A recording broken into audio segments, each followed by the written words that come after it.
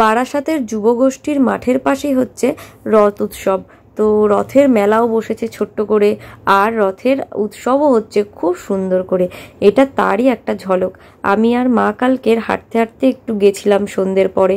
বিকালের দিকে তো বৃষ্টি হয়েছিল, ফার্স্টে ভেবেছিলাম যাব কি যাব না, তারপরে বললাম মন যখন বানিয়েই ফেলেছি চলো তাহলে একটু ঘুরেই আসি। তো হাঁটতে হাঁটতেই গেছিলাম, কারণ আমাদের বাড়ির থেকে হেঁটে 10-15 মিনিটের রাস্তা।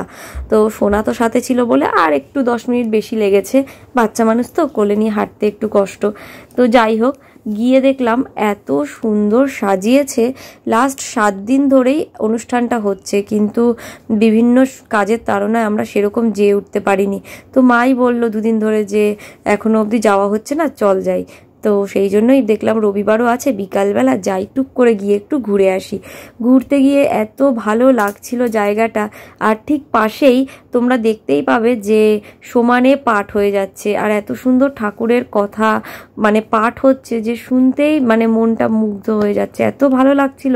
তাই মা চেয়ার নিয়ে বসেও পড়েছিল, আর আমি একটু ভিডিও বানাচ্ছিলাম দাঁড়িয়ে দাঁড়িয়ে, কারণ ভালোও লাগছিল, সুন্দর করে সাজানো ছিল, ডেকোরেশনটা এত ভালো লাগছিল যে আমি ভাবলাম তোমাদের সাথে একটু শেয়ার করি, তোমাদেরও হয়তো ভালো লাগবে। আর যদি কেউ বারাসাতের এদিকে থাকো তারা তো নিশ্চয়ই ঘুরে এসেছো, আর যদি কেউ আসতে চাও তাহলে বারাসাত যুবগোষ্ঠীর মাঠের এখানে চলে এসো। ওখানেই হচ্ছিল অনুষ্ঠানটা, প্রত্যেক বছর এই অনুষ্ঠানটা ওরা আয়োজন করে ওখানে, লাস্ট কয়েক বছর ধরে তো করছে। তো খুব খুব সুন্দর আয়োজন করছে ওরা। আর সারাদিন পাঠ হয়, রাতে খাওয়া দাওয়ার আয়োজনও থাকে ওখানে।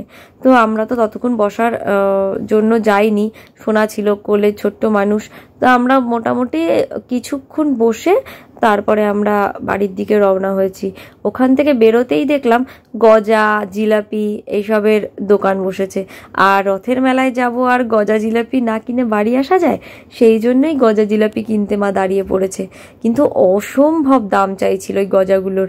তো যাই হোক, কিনে তো নিতেই হবে, খেতেই হবে, এত লোভনীয় খাবার। তো যাই হোক, ভিডিওটা তোমাদের কেমন লাগলো অবশ্যই জানিও।